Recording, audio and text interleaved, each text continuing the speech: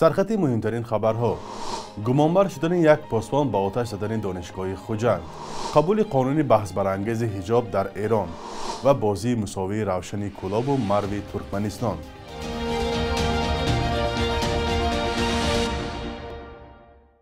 درود بینندگان عزیز و صبحتان بخیر و روزتان با برار باشد. برنامه نویدی بامدادی تقدیم شما می‌گردد و من فرزان محمدی با جمع همکارانم در 10 دقیقه دیگر شما را با نوگانی‌های تاجیکستان و جهان آشنا خواهیم ساخت.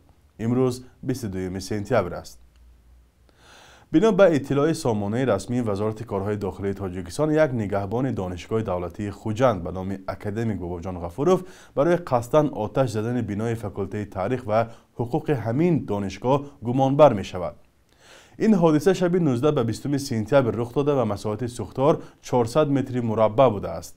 این نهاد می‌افزاید که پس از خاموش کردن سوختار، هنگام از نظر گذرانی جای حادثه از روی خاراکتر پهنشوی سوختار معین شد که این حادثه ناخوش قصداً صادر شده است. در نتیجه تحقیق آشکار گردید که این کردار ناشایسته از جانب شهروند حیدروف عبدالستار غفوروویچ ساکن شهر خوجند که سال تولدش 1967 میباشد سر زده است. آمده است در خبر وزارت کارهای داخله. معلوم نیست که این شهروند برای چی مؤسسه عالی را آتش زده است. نظر خود او هنوز در این باره روشن نیست. مقامات هم شرح ندادند و تاکید نمودند که تفتیشات سبب آتش زدن بنای دانشگاه را معین خواهد کرد. هنوز خسارات نهایی سوختار معین کرده نشده است. دانشگاه دولتی خوجند کلانترین مؤسسه عالی شمال تاجیکستان بوده، دارای 8 بنای تعلیمی است. پارلمان ایران قانون بحث برانگیز را درباره حجاب و عفت قبول کرد. مقامات جمهوری اسلامی از آن پشتیبانی کردند ولی سازمان‌های بین المللی انتقاد نمودند. بر اساس این قانون زنان را برای نادرست پوشیدن لباس اسلامی می‌توانند تا 10 سال زندانی کنند. تا این وقت برای این کار جریمه پیش بینی شده بود. محمد باقر قالیباف رئیس مجلس شورای اسلامی ایران 20 سپتامبر گفت لایحه قانون حجاب و عفت در هماهنگی با قوه قضاییه تهیه شده است. سازمان‌های حامی حقوق بشر حکومت ایران را برای تهیه چنین قانون تنقید کرده طلب داشتند که پارلمان آن را نپذیرد. از جمله کارشناسان کمیسیت عالی حقوق بشر سازمان ملل تاکید کردند که با قبول این طرح تبعیض علیه زنان در جمهوری اسلامی ایران بیشتر خواهد شد. مسئله پوشش زنان در ایران اسلامی به مشکل داغ تبدیل شده است. حکومت این کشور که در دست روحانیان است از زنان طلب می‌کند که باید بیرون از خانه لباس اسلامی یا حجاب داشته باشند. ماه سپتامبر سال گذشته مهسا امینی 22 ساله در تهران به گمان بدحجابی دستگیر و در شرایط مرموز درگذشت. مرگ او اعتراض صدها نفر را در ایران و کشورهای دیگر به میان آورد. یک سازمان خیروی زیر نظر آیگل جبارov و همسر صادر جبارov پرزیدنت قرقیزستان به تحقیقات و نوشته‌های بلاگر بولات تیمیروف واکنش کرده است. چند قبل کانال تیمیروف لایف در شبکه‌های اجتماعی خبر داد که سال 2022 این بنیاد از چند منبع از جمله از سفارت چین در قرقیزستان مبلغ گرفته است. به نوشته صحیفه بولات تیمیروف، بنیاد در عموم از سفارت چین بیشتر از 102 میلیون دلار دریافت کرده است. به علاوه مرکز الصفا به بنیاد به مقدار 14.6 میلیون دلار دستگاه رسانده است. همچنین مالک بیمارخانه خصوصی در شهر بیشکک چکمک ممت به بنیاد 6.3 میلیون دلار یاری رسانیده است. در پاسخ بنیاد ان بلگاتیرگ آمده است که این اطلاع صحیح نیست و از سفارت چین نه 102 میلیون دلار بلکه همگی کمی بیشتر از 1 میلیون دلار دریافت شده است که این مبلغ‌ها را به اجرای انشاءات اجتماعی در ولایت بادکند خرج کردند. همه ساله در جهان روز 21 سپتامبر همچون روز صلح تجلیل می‌گردد و ساکنان تاجیکستان هم از آن استقبال می‌کنند. همکارم برات یوسفی از رهگذران خیابان‌های شهر دوشنبه پرسید که مفهوم صلح، همبستگی و آسایشتگی را چگونه شرح و توضیح می‌دهند و به آنها چه اهمیت دارد. با هم نظر ساکنان را تماشا می‌کنیم. صلح به فکر من این آرامی مادران است. خصوصا مادرانی که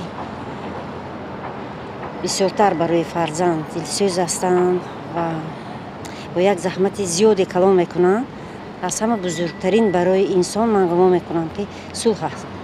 با فکر ما صلح این همبستگی، همیه‌جویی در تاجیکستان کنش نه صلح است. این قوابودانی ایروی همی صلح است.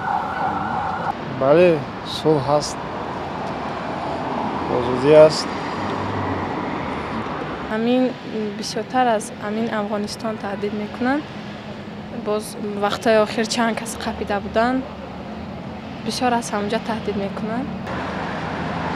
با فکر ما طرف مثال همی هر خیلی گروه هایی هستن که مثال همی خیلی جنگ میدازن و مردم در چی میدرورن مثال همی خیلی همین سبب ما میبینیم. در گپ صلح بسیار گپه که صلح اینجا امانی صلح هم میشه. خود این تهدید شدنش ممکن هر خیلی گروه ها هستن. من نمیدونم ممکن گروه ها یگان شخصانی که بیرون از خارج کشور یا اینکه و یا مثال خارجیان ممکن میخواهند که یک صلح و ثباتی که آرامی که ما به هست. حاضر تاجیکستان در تمام جهان مشهور شده ایستاده است. بسیار دولت هایی که آدمانی که نمیدونستن فهمیده ایستادند و نموی و پیشروی تاجیکستان در جهان خیلی تشکل یافته است. من گمان میکنم که حقیقت میخواهند که در اینجا یگان بحران یا یگان صلح آرامی ما ناآرام کنند. هستن آدمانی که نمیفهمند به قدری همین صلح نمیرسن. من فکر میکنم که هست برای که آزادانه گشتیم خدا شکر کار و فعالیت کردیم. اما قبل صلح حس میکنیم که امنیت داریم. مثال امنیت هست که تینجی امانی هست. خدا شکر که مثال آبادی شده است این وطن ما. از طرف دولت در حقیقت همون ویای نمیموننده. همین گروه هایی که به صلح ضرر میرسونن آنها رو پیشگیری کرده ایستادن ساختارهای دولتی. من با دلی پر گفته میتونم که صلح در تاجیکستان هست و پایدار خواهد ماند. دسته روشن کلاب نایب قهرمان تاجیکستان اولین بازیش را در مرحله گروهی جام کنفدراسیون فوتبال آسیا 2023-2024 در منطقه مرکزی در گروه ی با باشگاه مرو ترکمنستان با حساب مساوی 0-0 انجام داد و از 2 امتیاز محروم شد. این بازی دور اول مسابقات شام پنجشنبه 21 سپتامبر با حضور تقریبا 7000 تماشاگر در ورزشگاه مرکزی شهر حصار دایر گردید. در نیمه اولی بازی فوتبال بازان هر دو دسته هرچند هجوم کردند ولی موفق نشدند. نیمه دوم دیدار نیز جالب و پرشدت گذشت اما بدون گل به پایان رسید. همین طریق هر دو دسته یک امتیازی گرفتند. بازی های دور دوم مسابقات در گروه ی روز پنجشنبه 5 اکتبر برگزار می شوند. روشن در ترکمنستان با آلتین عصر و مرو در میدان خود با عبدش آته رقابت می کنند. بر اساس دستور جام IFK از این گروه تنها دسته غالب به دور بعدی راه می‌یابد. بخش یک روز تاریخ را همکارم خرامان بقازاده تقدیمتان می‌کند که مهمترین تحولات تاریخی در روز 22 سپتامبر را فرا می‌گیرد.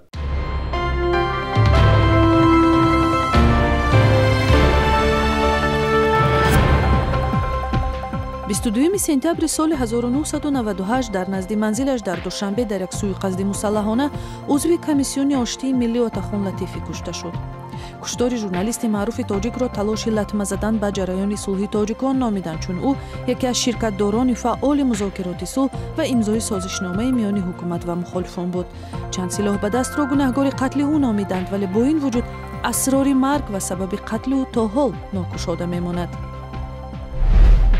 22 سپتامبر سال 2001 چند روز بعد اظهار آماده باش ایالات متحده آمریکا با مبارزه با تروریسم در افغانستان در دوشنبه پرزیدنت امام علی رحمان گفت تاجیکستان هم آماده است به این جبهه بپیوندد و با ایالات متحده همکاری کند. رحمان گفت دوشنبه حمله های تروریستی ضد ایالات متحده را که جان 3000 نفر را گرفت محکوم میکند. تاجیکستان هم‌مرز با افغانستان دوام 20 سال حضور نیروهای بین المللی از جمله به نیروهای فرانسوی کمک کرده است. سپتامبر سال 2018 نخستین گروه زنان تاجیک همسران جنگیان عضو گروه دولت اسلامی در بغداد به زندان محکوم شدند. در مجموع دادگاه بغداد در چند ماه بعدی 46 زن تاجیک را با گناه همکاری با دولت اسلامی به زندان از جمله 4 نفر را به حکم قتل محکوم نمود. اکثر آنها که از گمراهی همسرانشان را در سوریه و عراق همراهی کردند فرزندان خود را به اختیار دولت تاجیکستان واگذار کردند. صبح امروز در بانک‌های تجارتی تاجیکستان 1000 روبل روسی تقریباً به 114 سامانه برابر است. $100 آمریکایی باشد تا 1096 سامانه ارزش دارد. قرب رسمی بانک ملی تاجیکستان برای امروز چنین تعیین شده است.